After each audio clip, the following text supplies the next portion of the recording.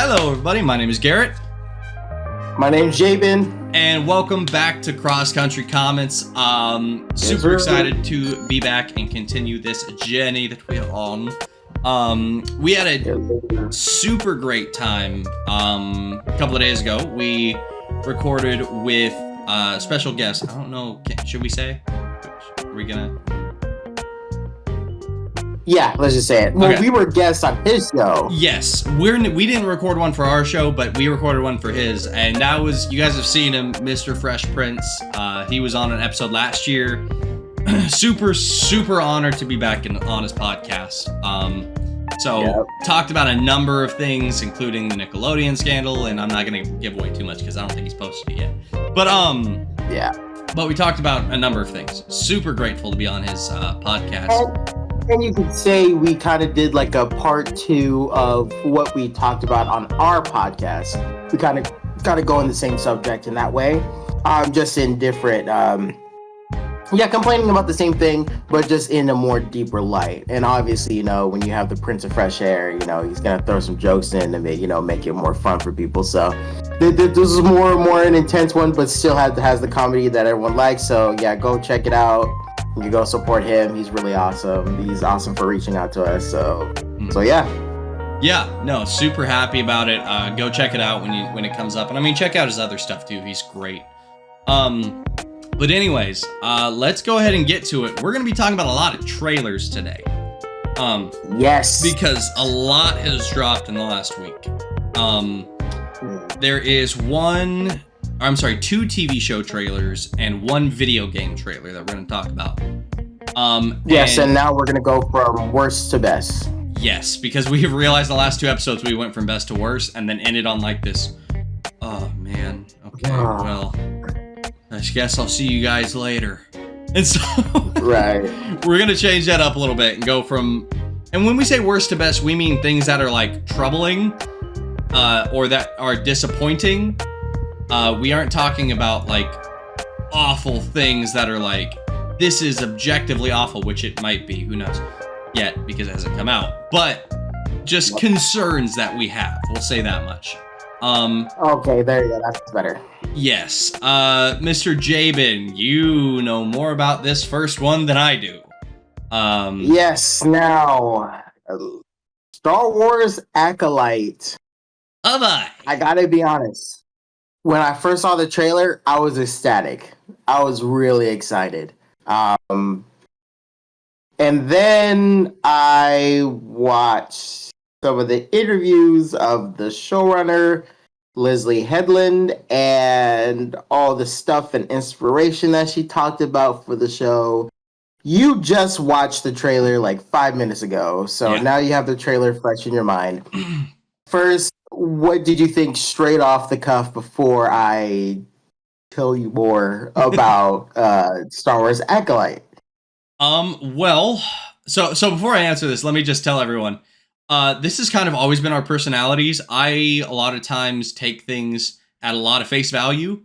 I look a little bit into it, but I don't look at a ton. I just look at the product for what it is. Jabin does research. And then he has me to ruin it. Yeah. Jabin does research. And he looks into who the showrunner is, what they do, where they're from, what else they made, yada, yada, yada. Yes. And so it helps having both perspectives, I will say. But from seeing it, just the trailer, I got a 50-50 feeling, because 50% being this looks awesome, because it looks like they're actually going to have lightsaber combat for the first time since freaking like episode 3. Because I don't consider 6, 7, and 8 lightsaber combat. That is just swinging around large swords. So it looks like there's going to be actual combat and lightsaber dueling, which I'm excited about. But and also I'm excited to see stuff in the High Republic. I've always wanted to see media from the High Republic.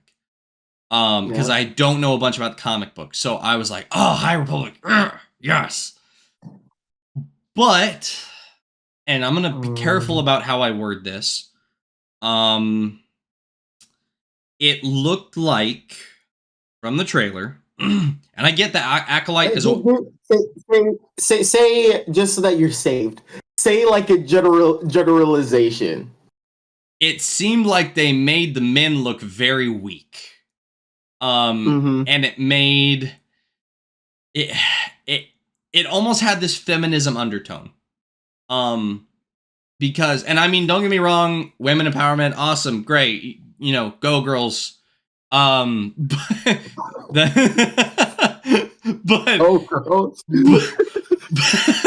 but it felt like feminism, but a type of feminism that like what's the word I'm trying to look for? It downplays demasculates? Emasculates. Like it, well, that's actually both are good. It demasculates men and I'm getting words confused. Anyway, it felt like the women in the trailer, and like I said, powerful women Jedi are awesome, but like it gave this thing of like, oh, the men are much weaker than the women, and it was like, I don't know how I feel about that. Like, great that there's powerful women, but like there's powerful men too. What's going on? Again, I'm being very careful with how I word this. But Jabin, please go ahead before I dig myself into a hole. And then now this is where I dig a hole for the both of us. and it's not my fault. It's not our fault. Like, I just want you to be safe at first, because what I'm about to say is gonna make you play deeper. Disclaimer: Ahsoka is my favorite Jedi. No cap. She's literally, her lightsabers are literally on my wall shrine of Star Wars. Her lightsabers are right there. I love her to death. She's in my top 3. Agreed. She is one of the most well-written characters in Star Wars ever. And I think it's mostly because Dave Filoni and George actually like were together making the Clone Wars, the TV show. So that's what made her character so great, and why she's still great even in her own show. So yeah, Ahsoka, that's my girl. So it has nothing to do with women empowerment. It has nothing to do with women being equal in a fake universe. It has nothing to do with me not feeling uncomfortable. It is none of that. But Garrett was on point, and it gets way worse and deeper than that.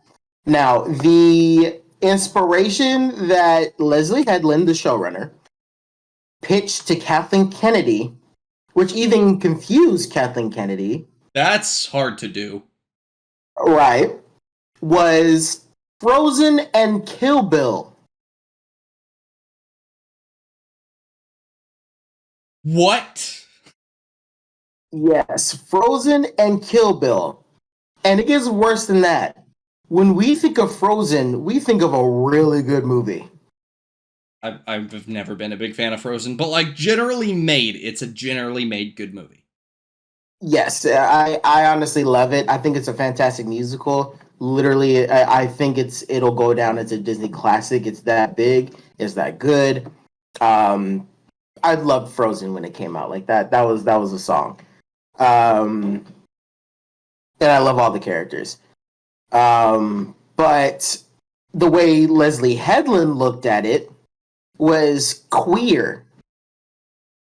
I don't know how this is how she described it. I don't know how you can go so left field with this, but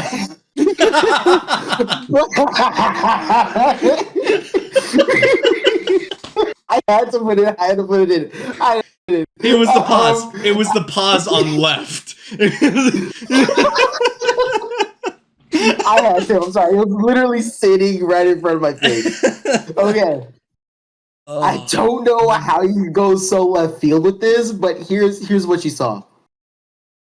She was so happy that there was finally. She said she watched this as a grown woman, and as a grown queer woman, because she's lesbian, She liked the fact that it was a love story that downplayed heterosexual relationships because Prince Hans was a bad guy. That was like the thing. He was a So she bad loved that they dude. down right, but she liked the fact that the heterosexual relationship was downplayed. Even though which I'm gonna clap back with that. Even though literally Anna fell in love with Kristoff. So, but I digress. I don't. But she related the sisterly love. Yes, she related. I know. She made a stretch. She related the sisterly love that Anna and Elsa had to being queer.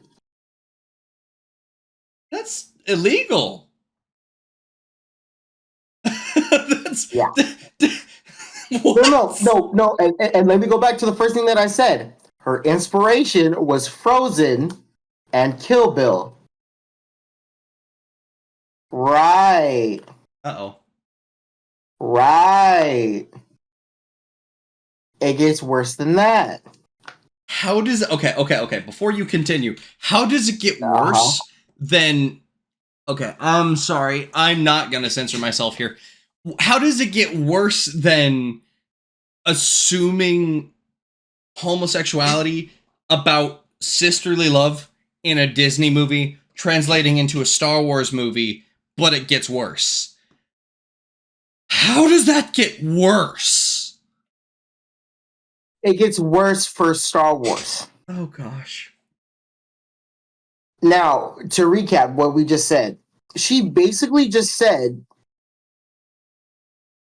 and this is literally it. Like, this is not me speculating. This is me summarizing that whole all these interviews that she did. She had a message, but she had to put Star Wars in it. That is the Think about most that. that's the most bullcrap phrase anyone could ever say about making a piece of media. Like No, she actually said she said this. She said in this interview, she said yeah, I had a certain way that the movie that I wanted to make, but I had to think about how why it made Star Wars, and I put elements of that in. you cut out right in the middle. You What? said you one more time. Okay, she said I had this message. She said message that I wanted to come across, but I also thought about why George likes Star Wars, so I put elements of that in.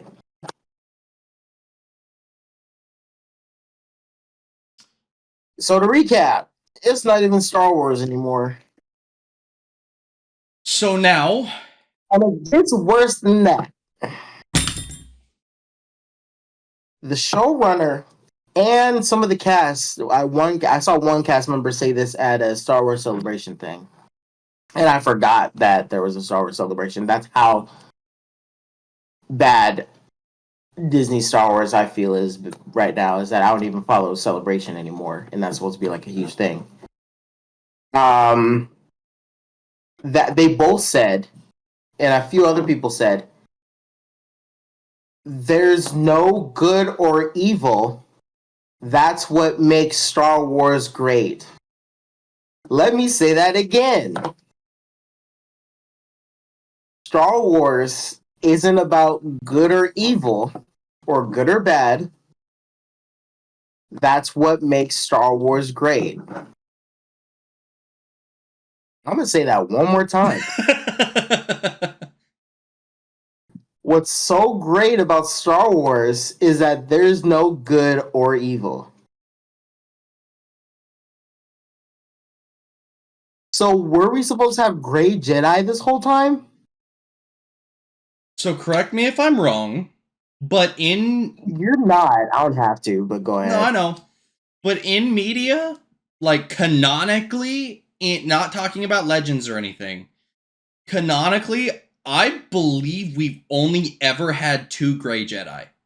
And at least 2 that I would consider, and that's Qui-Gon. And they don't classify themselves as Grey Jedi. They are Jedi, but they also don't always hold to the code of the Jedi code because they know how to deal out real justice. And that is Qui-Gon Jinn and Cal Kestis. So you have 2 Jedi that know how to deal out justice and how to play their part in protecting the galaxy. That's the difference. They protect the galaxy, so they're still light. But if someone messes with them or the people they love the wrong way, they can get a little aggressive. And I feel like even for a little while, Anakin was a Grey Jedi until he got manipulated. That's my opinion. But point being, the fight of Star Wars has always been light versus dark. Because if you look if you look at Sidious and you look at even Vader when in his like prime, and you look at Grievous and you look at Dooku's a bit of a special case. We're not going to count him.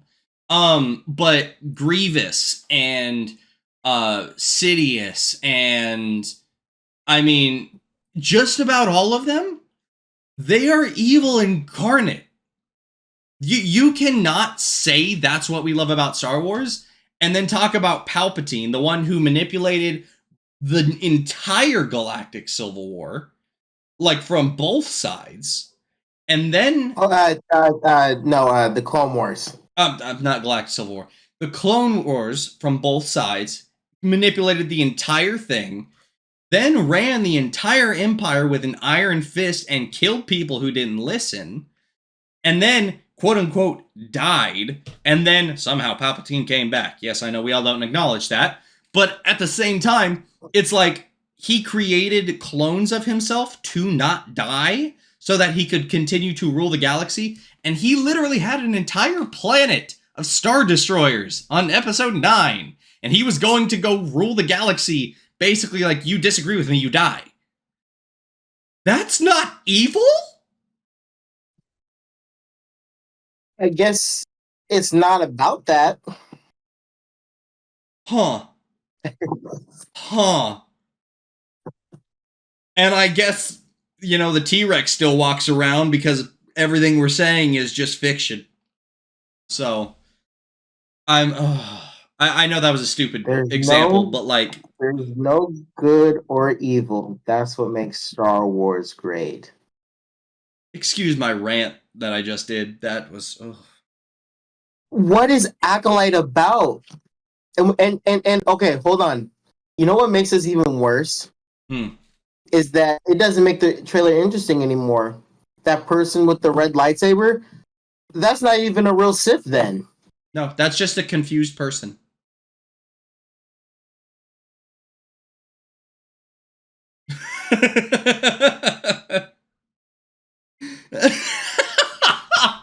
For those of you just listening and not watching, Jamin's face is just like he wants to disown Star Wars a small bit. Is what I'm feeling. Oh my gosh. Let's see. I'm looking up something real quick.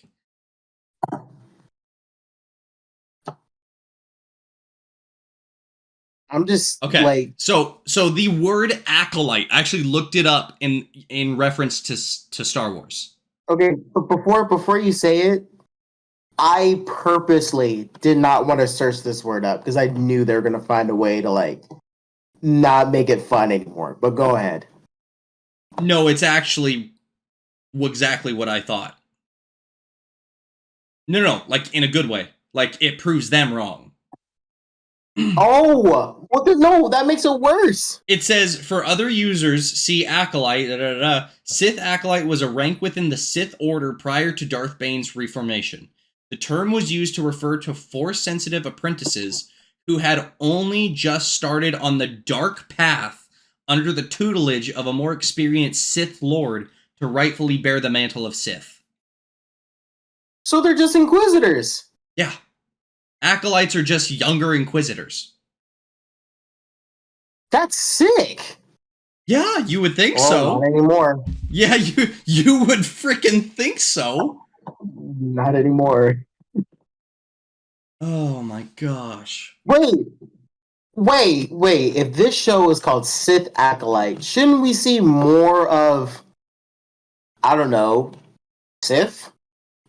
Yeah, no, that's what everyone was thinking when they announced the show, was like it would be centered around Sith. I didn't even think about that. Like, but the trailer shows no one. It shows everyone in the Jedi Order. Everyone. mm-hmm. Even a Force sensitive Wookiee. Which, side note, I'm not gonna lie, is awesome. I was gonna say, if they do it right, it would be awesome. But yeah, because we've only seen that once, and that was in Clone Wars. and that was in Clone Wars. So I really want to see how they use him for that. I don't want to see anything else. Yeah, pretty much. Okay, well, I think we should move on because I think we've made our point abundantly clear where we stand on this. I want to complain more, but you're right. I know. I know. So do I. You know how badly I just want to crap on this? Like this is like the feeling that I know people feel like to like protest. Like this is what it is. I mean, here's the thing. Everyone has to understand. We are not being misogynists. We are not being, it all has to be men. Like we said, Ahsoka is one of our favorite characters. But we like Star Wars. Ahsoka was the heart of the Clone Wars, in my opinion. Ahsoka was the heart of... definitely. She was the heart of Clone Wars. And in her show, that whole arc came full circle. And it was like, man, she went from like Jedi to not a Jedi, then back to a lighter Jedi. And great story. Fantastic. Yeah. But that's how you write a powerful female character. And F that. That's how you write a powerful character in a whole. That's what we're looking for. We just like interesting characters, whether they're on screen or not, whether they're on screen for a long time or not, whether they're female or male or alien or not. We don't care. We just want them to be written well. We just want something interesting. We want a character that we want to connect to. We want a whole organization that we want to judge or be a part of. We want to look at this and be like, dang, this is an awesome world. Like, I want to be a part of this. Like, this is crazy. Yeah, like, I've never... So I know people might say fake fan or whatever, but I had never watched Clone Wars up to recently. You're not a fake fan. A lot of Star Wars fans haven't watched all of Clone Wars, so no one should ever call you a fake fan. But I'm on season 6. I'm almost done with season 6 right now. And the thing that I'm noticing is that every single time Palpatine shows his face on screen, I'm like, oh, you son of... And, like, I kind of just want to, like... I want him to just... I know it's a cartoon, but, like... And just drop dead. Yeah. But because I hate him, because you can see how manipulative he is. You cannot say... Especially with the fight with Maul and Savage. Oh, that my was gosh. It was dodging. Yeah. And dude was literally just like, yeah, there's only 2 Sith. You're not one of them anymore. And it was like... So, like, amazing show. But, like, every time he was on screen, it was like, this man... Every time he, like, talks to someone and then turns away, you see this, like, smile on his face. And I hate it. But I hate it for the best reasons. Because he's evil. Anyway. And we love Luke Skywalker to the death because he's so good. Literally. He talked to a specialized trooper in Battlefront 2 campaign. And basically was just like, yeah, you don't have to be with them anymore. And he was like, oh, should I join the Rebels? He was like, I'm not saying that either. I'm just saying do what you think is right and good. Luke is just him, bro. Luke is just him. Like, yeah. But like him. He is, but that's my point. Is like He's the embodiment of good. We're not mentioning the sequels because that doesn't count. But Luke as a character is the embodiment of good. And so it's something that we just want Star Wars. We want a good and Star Wars story. And I mean, freaking this Leslie person could have looked at Legends and gone through the Legends books and gone through the Acolyte stories and taken inspiration from there. But instead, she wants to make her own, I guess, homosexual love story mixed with killing? I don't know. But And that's the problem. We don't know, but that's exactly what she said was her inspiration for this. Oh, and someone asked her what her favorite Star Wars movie was. Mm-hmm. She said, "There's no Star Wars movies. It's just Star Wars." That's false.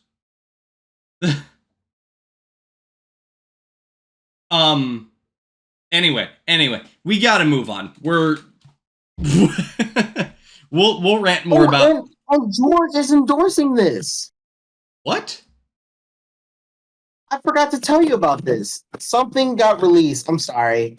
No, please. We might have to sacrifice. We might have to sacrifice the middle topic, but this was. Well I can't believe I forgot to tell you this. I think I'm still processing it. George Lucas. Rumors are saying that it was his wife, but nonetheless, George Lucas stated that he has Bob Iger's back in terms of what they're doing with Star Wars. Everything. I know we were happy with the last episode with Bob Iger like changing things, but nothing's changing for Star Wars, so I don't believe it, in my personal opinion, anymore because of Star Wars Acolyte. This Acolyte came after Bob Iger's thing, so Bob Iger had to look at it and be like, okay. So, so I don't believe it anymore. So, but George literally said he's backing everything that they're doing, and that magic isn't for amateurs, and he's a shareholder. So literally, like how good Star Wars does, he gets paid. Just so you know. So like he's an actual shareholder. So the fact that Star Wars isn't doing as good right now, wouldn't you want it to be good? But yeah, George Lucas, quote unquote, what a lot of people saying, as officially killed Star Wars by saying that Star Wars is where it needs to be, basically. Okay, yeah, we're sacrificing the middle topic. Yeah. So here's the thing. When it comes to Star Wars, and I know we've talked about this before. We had a whole episode about this before our last little couple month hiatus. But you would think that you want Star Wars movies to be made by Star Wars fans. Because if you're a fan of Star Wars, you know why you became a fan, and you know what kind of stories fans like because you are one. That's why I like. There was one thing that she said to fix that problem that I don't believe just because of her answers. Want to know what she said? What? Star Wars saved my life, and then that was it. She didn't explain how. Nope. Okay. Very Star interesting. Wars saved my life. And after that, she claims there's no Star Wars movies. It's just Star Wars. So I personally feel like this is off of speculation, just because of how she's presenting herself. I don't like to assume because it makes an A out of you and me, but that's literally how you spell assume. But she's giving off. All I watched was Mandalorian and Ahsoka, or just the Disney stuff. Got a recap, basically what's happening in the world. Watch episode 8 and 9, and talk to Kathleen Kennedy to see how it would connect without actually being a fan. So basically, just getting a recap of what's going on. This is the second activist directing a big Star Wars project. Here's okay. There's one director for Star Wars, two, but one specific one that I'm gonna mention that I love, and that's Jon Favreau. Jon Favreau is such an amazing director, and like because Jon Favreau is a fan of all these things. Jon Favreau loves Star Wars. Jon Favreau loves Marvel, and he loves comics, at least from what I've read. But yes, yeah, and so 95% of the stuff that he puts out, all the fans are like, "Oh, this is so good." Like, think of season 1 finale of Mandalorian when Grogu stands up and the fire's coming toward him and Grogu freaking with the Force. All of us were freaking out. We were like, "Oh my gosh, this baby Yoda thing knows how to use the Force." And so and it's so simple. Like, you could have seen it coming from a mile away. But all the fans were still like, "Holy crap, that's awesome."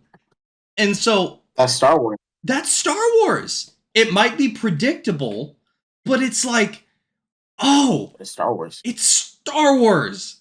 Like they got money off of it too. Good money with Grogu stuff. But it's like I got 2 of them right here. Yeah, it's like these days, recently, or either in the upcoming projects or the current projects, it's like they are trying to hire people that do one of a few things.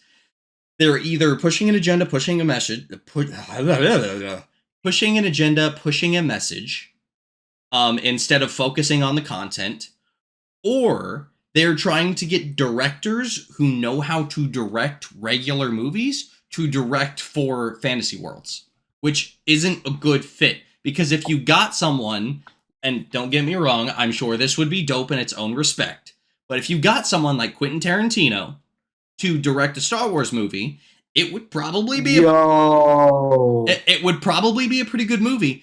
But if Quentin Tarantino wasn't a fan of Star Wars, he wouldn't get it, and he probably wouldn't make it a Star Wars movie, even if it was a good movie. And here's where I jump in with you, that there's no exception. Even Deborah Chow, the one that helped write and direct Obi-Wan Kenobi, has never watched Star Wars in her life. And that's why, for a lot of people, it flopped in a lot of its episodes. And I kind of have to agree. I only like the episodes where I see Hayden Christensen or Vader.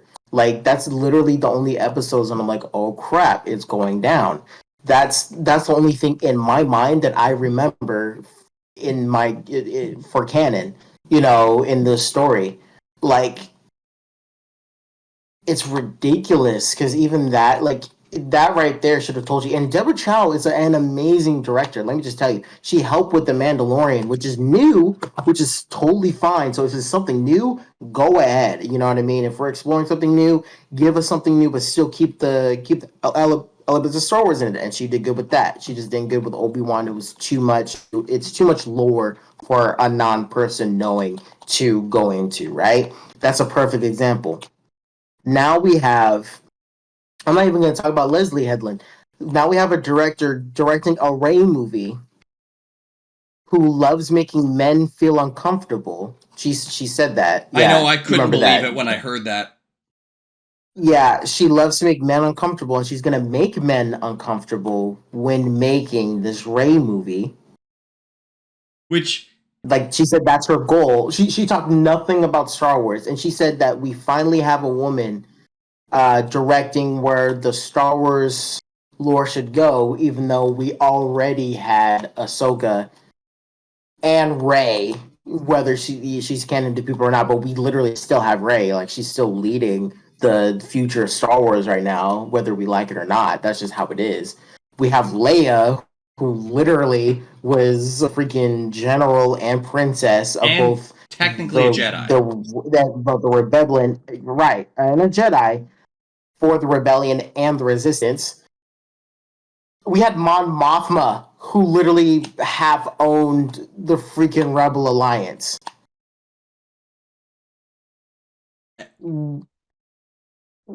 We love all of them. And we had countless female Jedi Masters and Jedi even before Disney had it in its hands. Mm-hmm.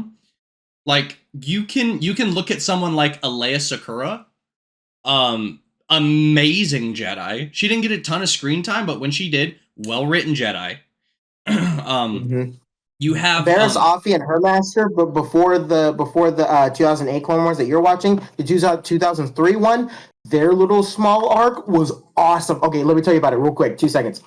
They go to Ilum, and this is where Barriss picks out her own crystal. There's a whole bunch of droids that are camouflaged there, and they sense that there's droids in there, and the droids like desecrate that whole like cave of Ilum where all the crystals are, and it's just them taking them out and whatnot. It's sick. While Padme is going to see if they're okay. So it's like, that's how you write good female characters without like saying they're awesome. You just show that they're awesome. You know what I mean? Like they ended up being bad A, and literally. Oh my goodness, I can't believe I don't have her in my mind right now. But the Jedi that's red and is kind of a Twilight, but has blue and white as her Twilight head. I can't think of her name. But she has always been a huge, huge part of the prequels and both versions of the Clone Wars. In the original version of the Clone Wars of 2003, she was the one protecting the Chancellor in Coruscant before General Grievous grabs him. She was, and now in 2008, she's literally that person you go to as like that wise, like if you can't go to Yoda, you go to her. Mm-hmm. If you can't go to Yoda or Windu, you have to go to her. What's her name, dude? Please. I'm so mad at myself. I'll know it when I hear it. You said she was a red Twi'lek? Yeah, her face is red and she has blue and white.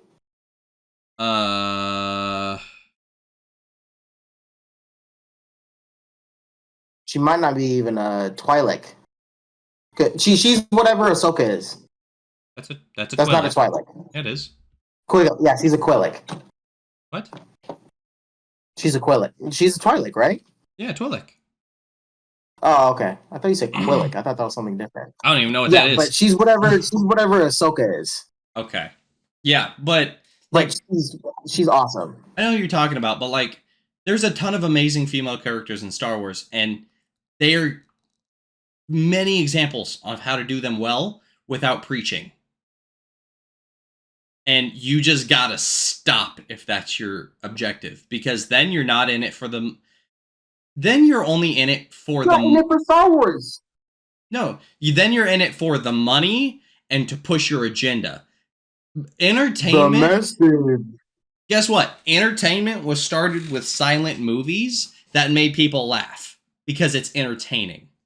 So if entertainment was started to be entertaining, and it's literally in the name of entertainment, you want to entertain as many people as possible. So why would you push an agenda that only a number of certain people are going to root for?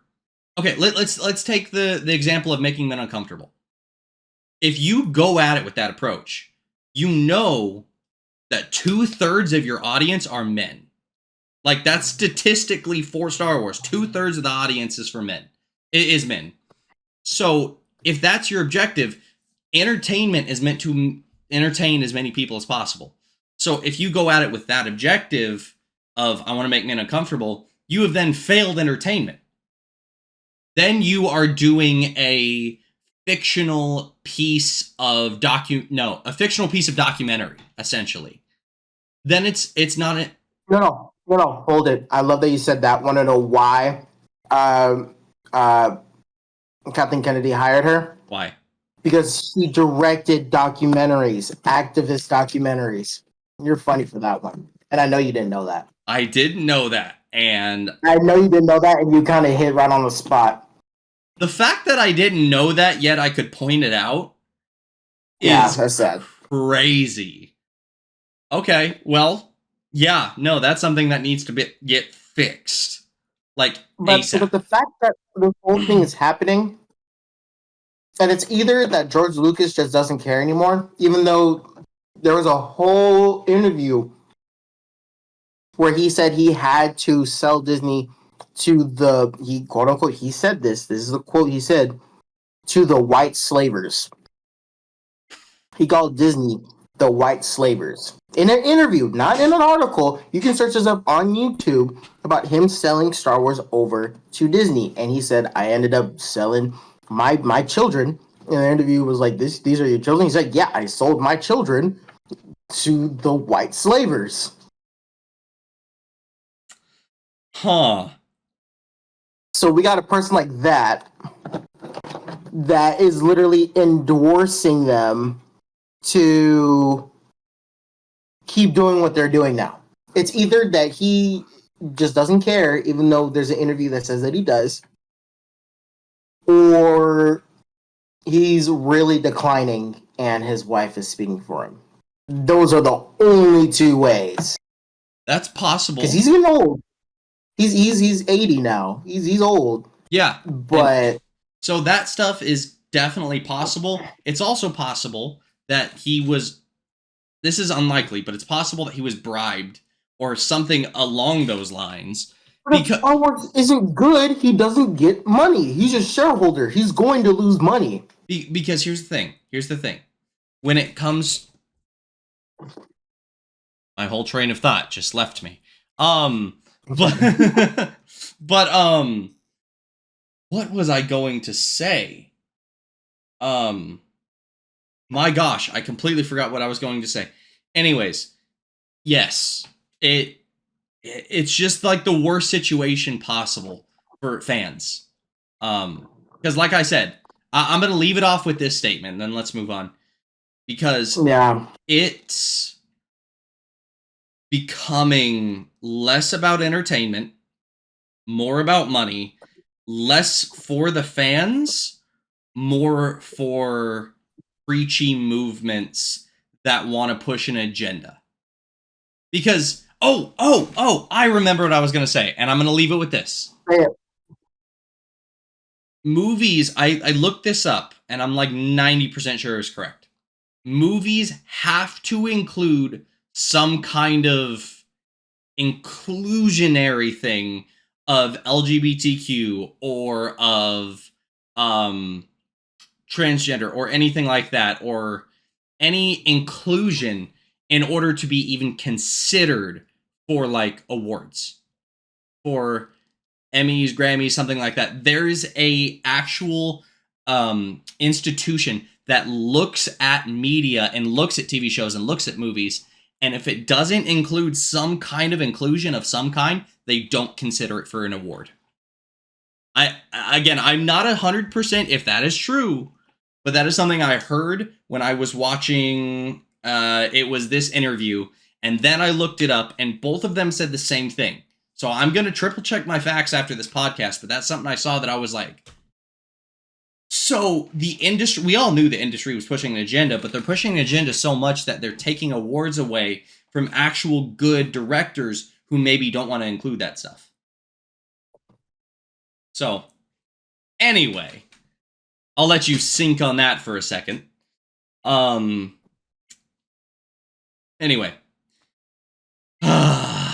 You want to know how long we've been talking about this for?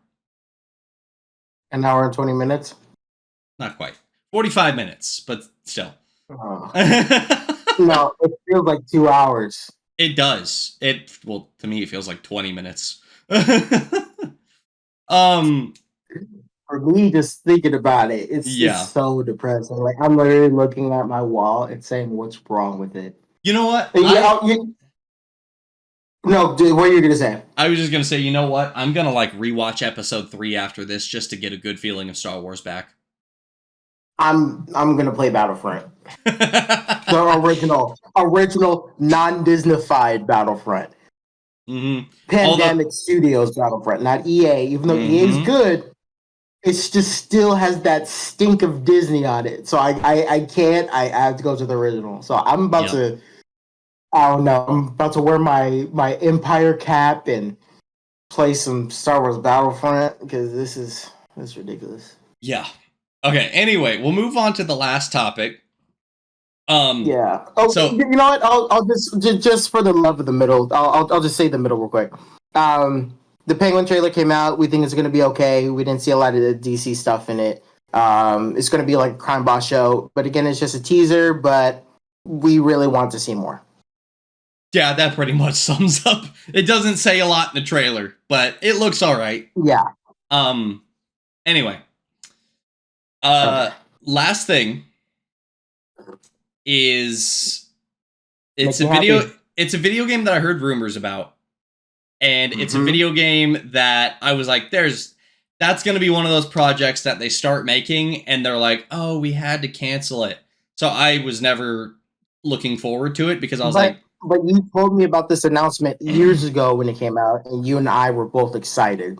We were both excited, but as Disney and Marvel kept going on, I was like, they're going to cancel this game. But they just came out with the trailer for it on Unreal Engine 5. Thank goodness. And it's 1943. What is it? 1943 Captain America. What's the official name? Rise of Hydra. Captain America and Black Panther. Rise of Hydra. 1943. I don't think it's Captain America, Black Panther, Rise of Hydra. I think it's just. Well, I think it's just 1943 Rise of Hydra. Yeah, 1943 Rise of Hydra, and it's Captain America and Black Panther. And I don't even think this is T'Challa. I think this is T'Chaka. No, I'm pretty sure it's Chaka. Which is T'Chaka's father. Oh, T'Chaka's father? Ooh. Because it would be 1943, so T'Chaka would be just being born. Azuri. So T'Chaka's father, in comic-wise, is Azuri. So if they do it canon-wise in that way, if they're doing T'Chaka's father, then Azuri. But if they're doing like actual 40s, like Black Panther, it was T'Chaka. It's confusing because in the original comic books, T'Chaka was first, and then T'Challa was supposed to be our modern one, like when the comic books were coming out. But now, because that we have the MCU and it's trying to connect with younger people, T'Chaka is the old one and T'Challa is ours. But before T'Chaka was Azuri. So it might be either Azuri or T'Chaka. Yeah. So either way, like I hope they do it right canonically, obviously. But either way, the trailer just came out for it. Oh my gosh. It has the best facial animation in any trailer or video game I've seen in my entire life. Like, there are parts of it that could convince you that it's live action.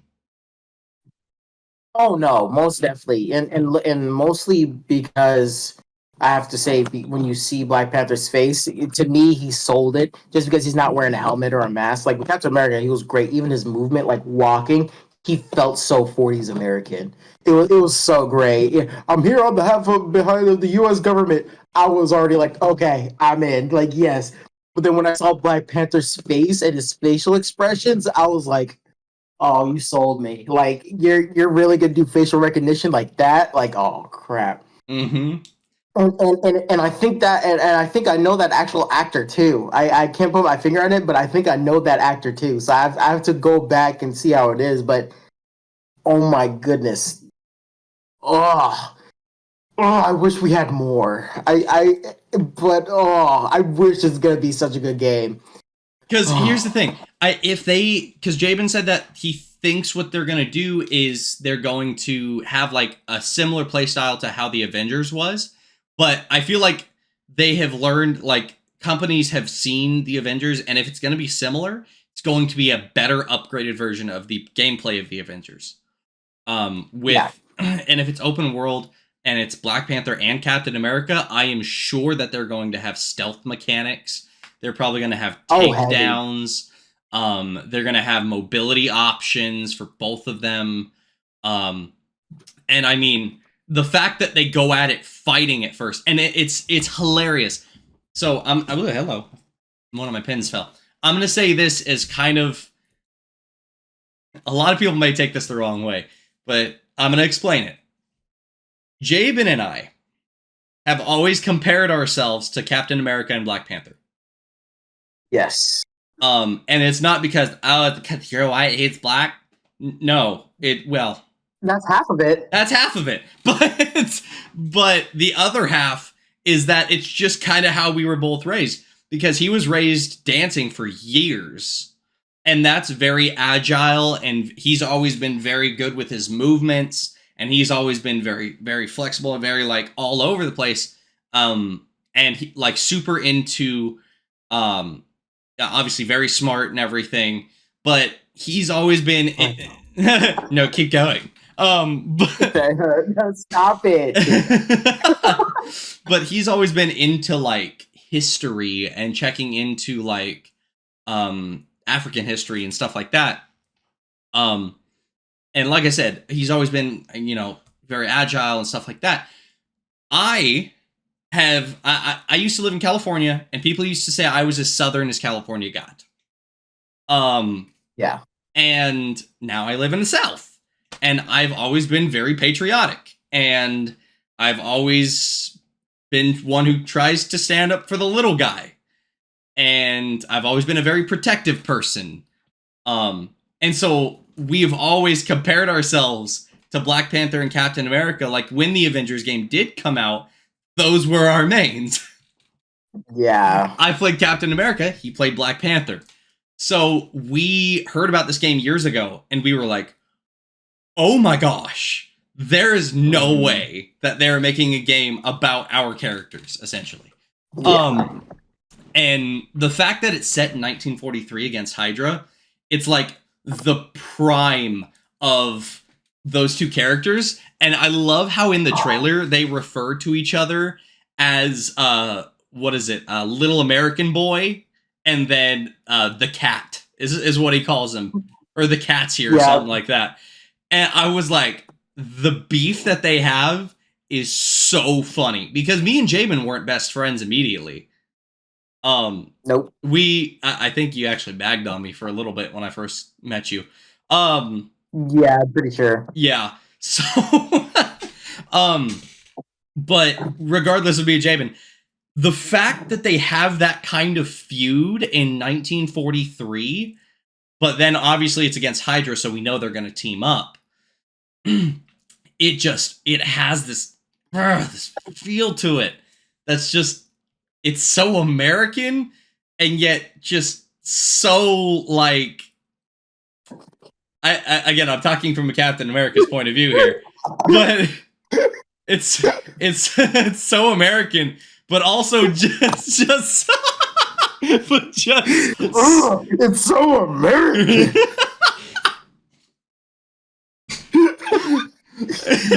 It's okay, but at the same time, it's just, when I say American, I mean American in the sense of like a buddy cop show, right? No. I know what you mean. What you mean. It was just the way you said it was hilarious.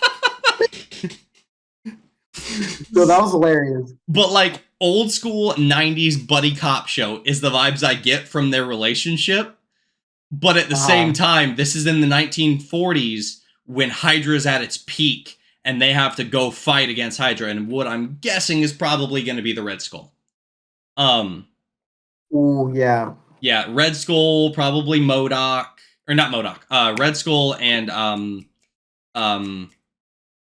gosh, what's his name? The scientist. Arnim Zola. Arnim Zola. And I hope he is the regular Arnim Zola in like the robot form. Oh my god. Yeah. I hope he's what if was supposed to be. Yes, exactly. Mm-hmm. And so we heard about this game coming out, and if they can get the combat right, so if they can take cues from the Avengers, but like make it more in depth, make it open world, make it multiplayer, hopefully. No, not just multiplayer cross play. Yes. If they can, I'm going to be playing on my PS5 and Garrett's going to be playing on his PC. And if they don't make it crossplay, you're either getting a PC or I'm getting a PS5. And I hope it's the latter. I do want to play Spider-Man. I do want to play Spider-Man 2. Yeah, exactly. That's fair. That's fair. I'm literally having fun with Spider-Man 2 and you're not. I'm having fun with the whole Steam library and you're not. Anyway. I digress. Anyways. Oh gosh. So if they can do it right, and if they can get the story on point and kind of lean into that buddy cop feel a little bit, I am so excited for what they have to come for this. Like, I have to say, I'm not worried about the story. Neither am I. I think they got it. I'm just extremely scared about the gameplay and it being cross-platform. Those are the only two things that I'm scared about. Because if you have both Captain America and Black Panther, it has to be multiplayer in some kind of way. It has to be. Like, if you're coming out the gate just with two main characters already, like it's not like what they did with Spider-Man. Each character has its own video game, then they come together. Like, that is more acceptable because you know both of their stories, so you can play as both of them. You know, it's a single player experience. That's totally fine. But you're coming out the gate with two major characters already. Come on, you're kind of wanting people to want to think that it's multiplayer. Mm-hmm. So it has to be multiplayer. The combat has to be. Even though this is the 40s, it still has to be good. Like, this is in its own universe at this point. So now you can do whatever. You know what I mean? They literally just created their own universe now. So now you can do whatever you want. You can make the shield just deny the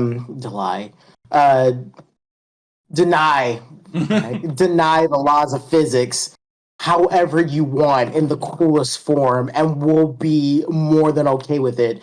And we can see Black Panther do 30 spins in the air with the mask off while cutting 3 people at the same time. We want that. So make it good.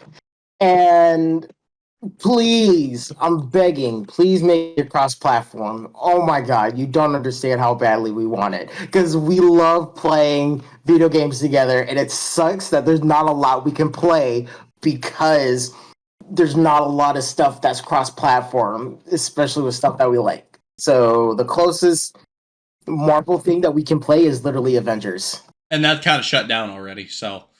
And that shut down. And yeah, so literally we're waiting. Yeah.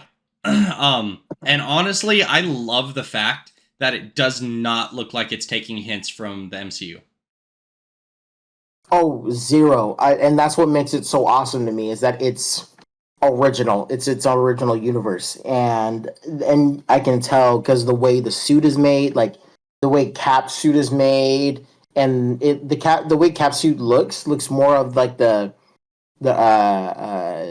animated TV show, which I love so much. So it literally looks like the animate.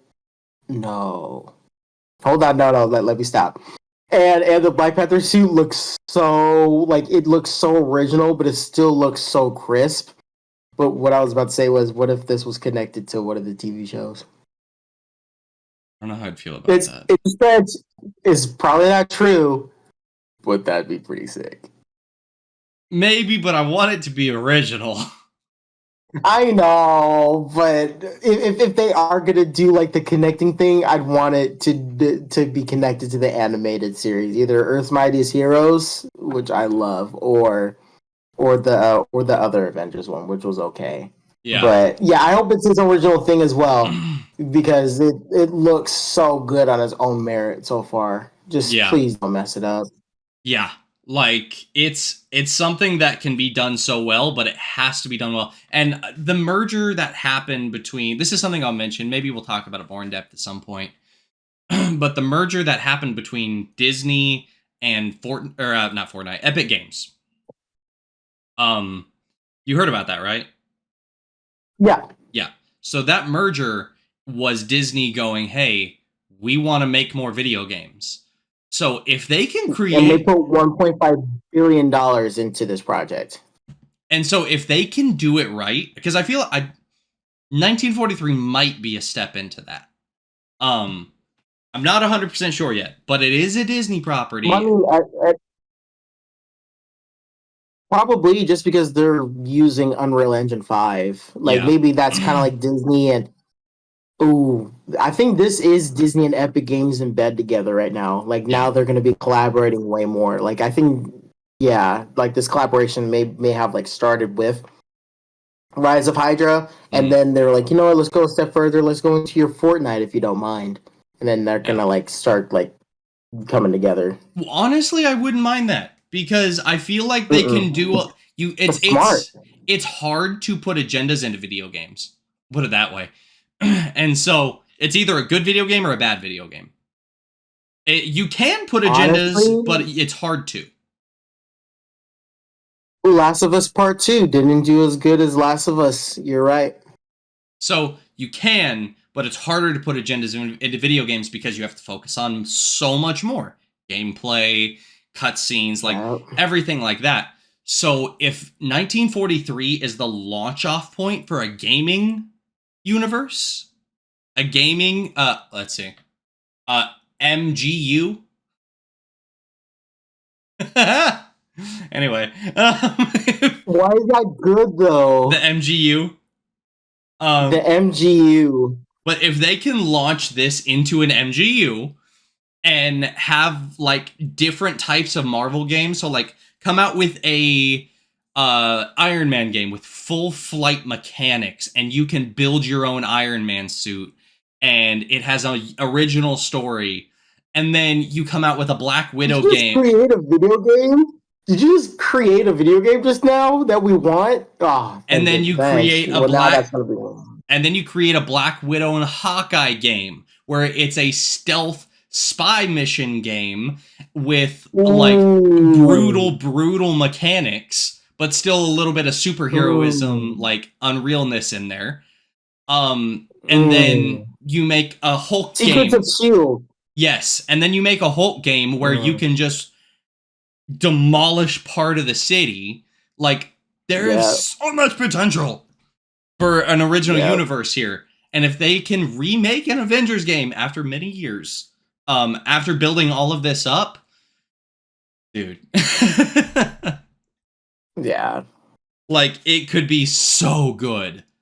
We'll just have to see. So, I don't know. I'm excited. And I'm glad we're ending on a high note this time, because the last 2 episodes have been depressing.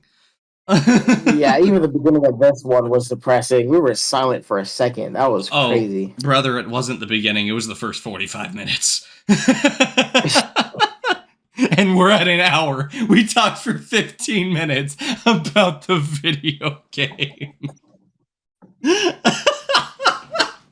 This sucks. Because here's the thing. Go ahead. I was going to say, me and Jamin we talked just a second before we started this about how we're like nerdy stuff, comics, video games, the whole deal, and movies and TV shows, whatever. We want to give our thoughts on it. We want to report on it. We absolutely love giving good reports. But when there's very little that's good to report, this is a lot of what happens. And so... like, it's not our fault that it's like this. We just want to come on here and just have, just spit out what we like about everything, but we can't. Everything is kind of being tarnished. Like, all the good stuff are old. Yeah. It's crazy. Like, they're old now. Like, when people, like, think of their, favorite new video games, it's hard for people to say. I've even heard some people say Resident Evil 4, and that's an old game. It just got remastered. Like it's sad that you have to go back, redo an old game just so that it could be relevant again, because none of these games are hitting it. Mm-hmm. Or same thing for TV and movies. Yeah, I was gonna say the same thing. A lot of people, it's like favorite piece of Star Wars media. Most of them will go Clone Wars. At least the ones that have seen it. And it's like, you realize, okay, other than season 7, It's like you realize that was made in like between 2008 and 2013, right? And Right. that was And George's hands were all over it. oh yeah. So it is funny how a lot of like favorite pieces of media and favorite things that people talk about are all things from between 6 and on years ago. Yeah, it's ridiculous. Yeah. I would say the last good year, so the last year that everything was like, oh my gosh, I am so freaking excited. Like, we don't care about reviews or anything. We're going to go see this. The last year that I truly felt like that was like 2018, 2019, maybe. I'd have to say 20. Yeah, the last thing was probably 2019 for me. Endgame? That's right, and I wasn't looking at reviews. Yeah, I think it was Endgame where you and I watched it together. I think that was probably the last time where I never looked at reviews. I looked at reactions for fun. I just looked at reactions for fun on YouTube, but I never actually like looked at reviews. That was my dad's thing. Like I depended on my dad to be like, hey, what does IMDb say? I never went on by myself. Now I go anywhere. I go everywhere and anywhere just to see if I find one little bad thing, and I have to like make my decision off of if I want to watch this piece of media that I don't know if is good or not, and take a chance or take a risk. Yeah. Like it's you can't depend on anything anymore, and it's not like back when like movies were actually bad because they were bad, but like they still had like some quality of being enjoyable, but Or it was like bad just like because a like little it charm. just sucked. Yeah, like dare I say this? Like it. This is gonna sound so horrible, and I don't want my father hating me because this is his favorite team too. It's making the remake of Fantastic Four look good. Come on, come on, I've never seen come it. on. Okay. Oh yeah, I keep telling you to watch it. Okay, it's bad, but now I think it'll be. And I hate saying this because I crapped all over this movie with my dad, but with everything that came out, it might not be so bad watching that movie anymore. I might watch it now. I kind of want to like I told you this 10 million times, but I'm going to tell you this one part that I really hated. They build the transdimensional thingy, and they get drunk and go to that dimension and get their powers. An accident goes wrong and they get their powers. Okay, they get drunk and get their powers. I hated that. Now it looks kind of okay. Because it's a twist. I'd rather people. Yeah, right. At least that's a twist. At least they got their powers through the transdimensional thingy, like they always do. Like, but people getting drunk and getting powered seems way more interesting than what Marvel is dishing out right now. Yeah. And then, I mean, the only part that I've really seen from that movie was the end where he was like, well, we're a team, right? We need a name. And the thing goes, this is fantastic. And he goes, what was that? He goes, what? He goes, say that again. And he was like, fantastic. And he goes, It's guys, fantastic. I know what we're gonna be called. And then the movie ends, and I was like, really?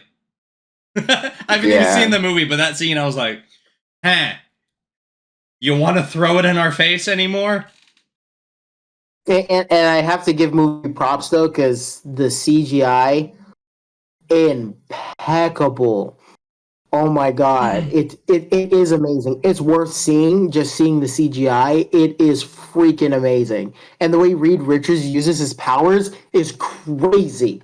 He literally formulates his whole body and face to look like a completely different person. And the way he unforms himself to make it look like his default form. So now you're giving it a little bit of praise.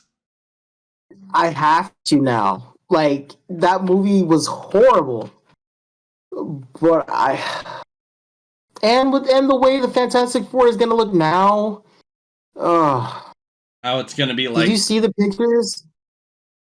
I did. I'm not completely against it. Did you see the pictures? No. Well, I saw it's like the drawing of like Reed standing over Sue, like smiling, and like the 60s poster, right? But they're actually gonna be in the 60s. No, I know. And here's what I'm saying: if there's some kind of like time travel that happens, because obviously Reed's in it, so if there's like some kind of time travel that happens, that can turn out really well, because I highly doubt they would make a Fantastic Four movie in the 60s and then leave them in the 60s for them to never show up in the MCU. I doubt that would happen. But why is Pedro Pascal Reed Richards? He's not a Reed Richards. I feel like he's not. I feel like he could be. Because here's the thing. He doesn't have the look. You haven't seen Pedro Pascal in some things. But I've seen him in so many things. I know. I've seen him in that one movie with that's not her. No, not with Harrison Ford. With shoot, it was hilarious. I forgot what movie that was. I saw him in that. Obviously, Mandalorian. I've even seen him in. I've even seen him in Kingsman. Scenes of Game of Thrones. King of Spain. Thank you. He's just not. He's not a. I will say this. I feel like he could play it well, because he is a very fatherly figure, as we know from Mandalorian. So if they have their kids, like from the comics, number one, he's going to be a great father. What? It's too early for that. Like, I want, and I think this is unreasonable now that I think about it, but I want another rendition of the OG Fantastic Four movies. I want something like that, but in the MCU. Because in my mind, me growing up those movies were perfect. Let's find a way just to redo that with someone who actually can play a great Reed Richards. Oh, we already have one, John Krasinski. Why not give him another contract? Why not? Why not?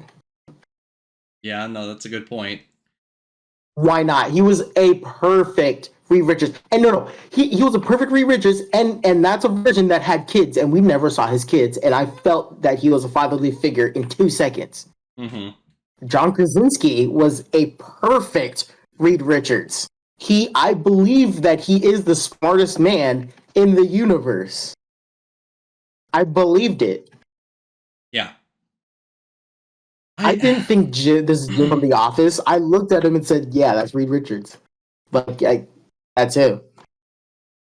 I look at Pedro Pascal and I don't know who this fool is. He looks too happy. Reed Richards is supposed to be... Here's who Reed Richards is supposed to be. He's supposed to be a person that is so focused. At least this is supposed to be his character development. He's supposed to be a person that focuses all of his work and barely about his woman. That needs to learn actually how to fall in love with Sue. That is how his story is always supposed to go. It's like that in the comic books. It's like that in the animated show. It's like that in the movies. It's slightly like that in the new movie. But on that one, he's on the run, which I kind of, honestly, I'm not going to lie, I kind of like.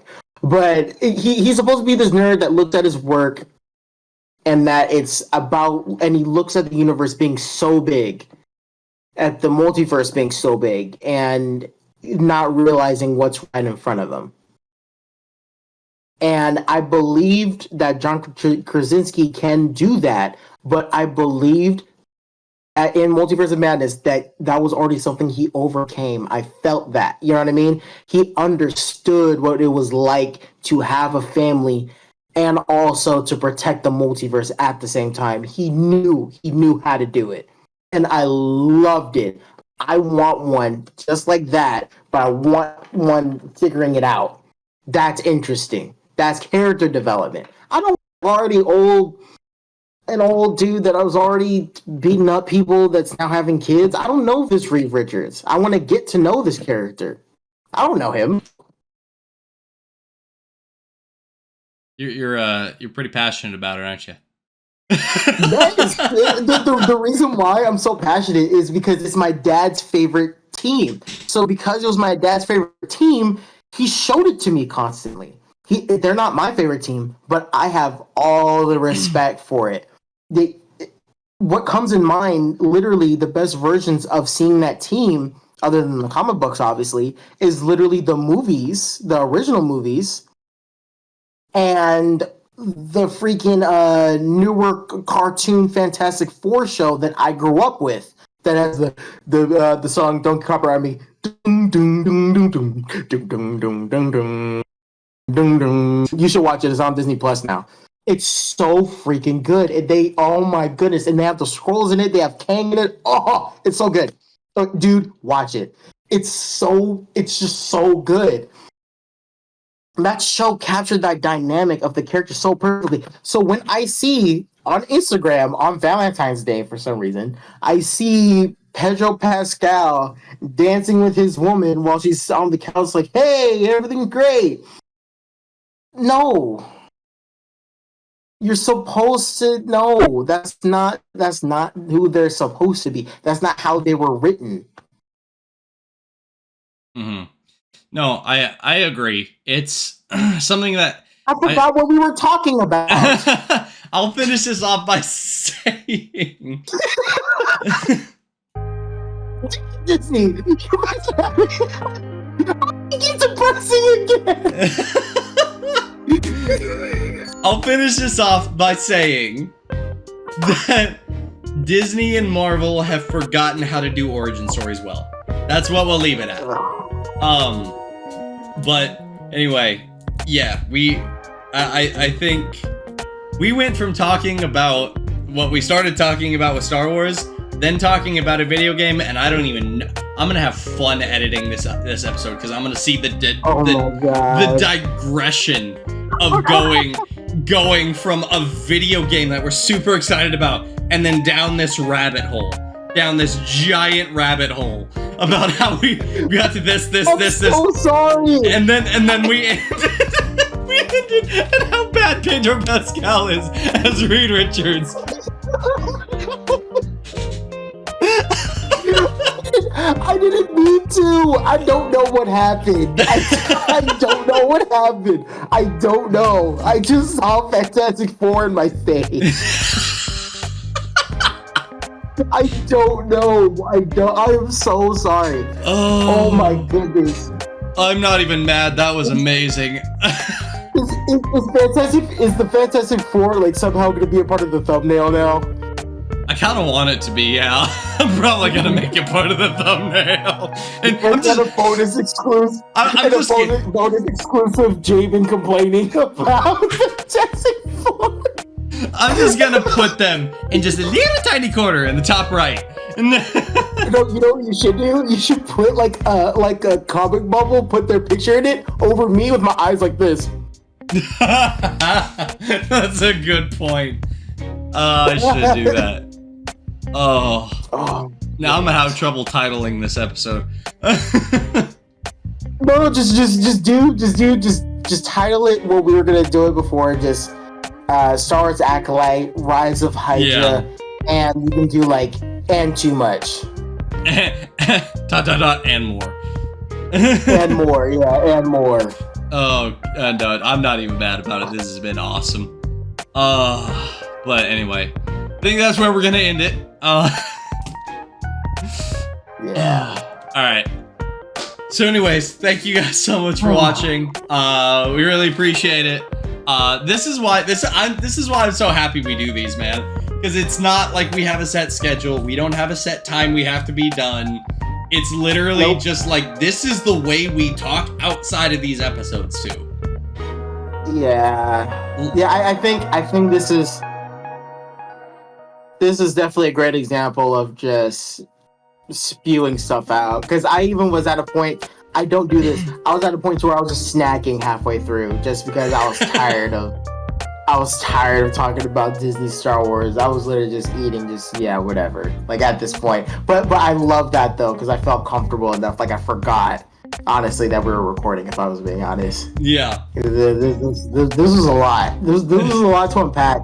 This episode. Yeah, I feel like there's some feelings in there we have to get out at some point. Oh no, definitely. We already got most of them out, but that was just the beginning. Yeah, there'll definitely will be spurts from both of us, coming through with all these trailers and media and what they call entertainment. Yeah. The only thing that's not letting me down is Dune. Everyone go watch Dune 1 and 2. I gotta watch it, I know. Yes. But anyways, thank you guys so much for watching or listening. Like we always say, we're on everything. So if you're listening to us on one thing, we're probably on another thing. YouTube, almost said Snapchat, we're not on that. YouTube, Spotify, Pandora, Apple Music, whatever you decide to listen or view us on. Share it around, if you want to. Or again, we're ask not Alexa. Huh? Just ask Alexa, say, "Hey Alexa, play Cross Country Comments." She'll do it. You just made like 30 people's Alexas turn on. Oh yeah, definitely. But anyways, thank you guys so much for watching. We'll, keep this going, keep recording more episodes, and I would say in about a month and a half, maybe, expect that I almost said podcast, the vlog for Jabin's wedding. I would say 2 months, because it might take me a little while to edit. But yeah, because there'll be a lot happening. So Garrett's gonna have a lot of video, a lot of pictures. So it's gonna be a lot for him to edit.